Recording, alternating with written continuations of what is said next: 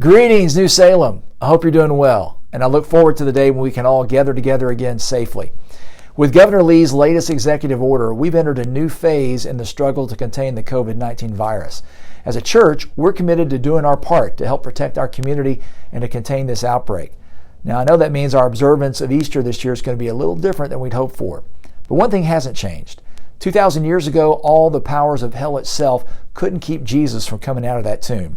And we still live in the hope of that same resurrection power. First, a little encouragement for you. As I posted earlier this week, somebody's described this current crisis as a kind of a stress test for churches. Well, I'm happy to report that so far, your church has been doing well. Hundreds of people have been participating in our online worship each week. Our staff's working hard to come up with creative ways to keep ministry happening in their respective areas.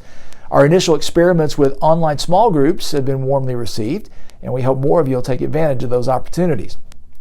I'm hearing story after story of New Salem members checking up on each other, running errands for our shut-ins, and ministering in our community. In fact, just yesterday, I delivered an SUV full of food to the Hamilton County Baptist Association, items that you donated to help provide food in Chattanooga for people who don't have access to grocery stores.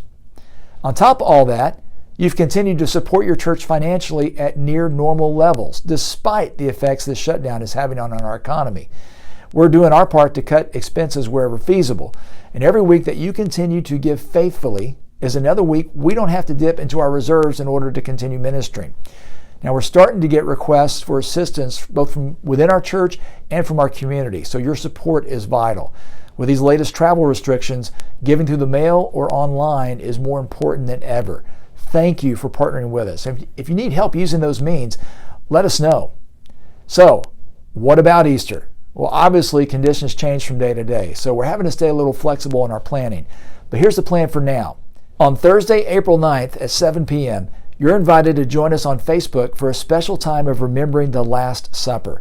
We'll share some scripture, and then we're going to try to hold a virtual communion service. So when you go to the store this week, make sure you get your hands on some grape juice and some form of unleavened bread. Crackers, matzah bread, even pita will work in a pinch.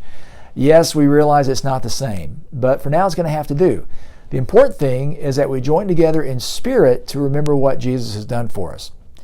On Friday, April 10th at 7 p.m., I'm planning a special Facebook Live devotion that will center on Jesus' trial, crucifixion, and burial. Hope you can join us for that as well. And then on Easter Sunday, we're planning to bring you online worship at 10:45 a.m., just like we've been doing. Why don't you invite a friend to join us online this year to celebrate Easter? Thanks again for your support. Just keep doing what you're doing and keep praying. We love you, and we can't wait to see you face to face, hopefully very soon.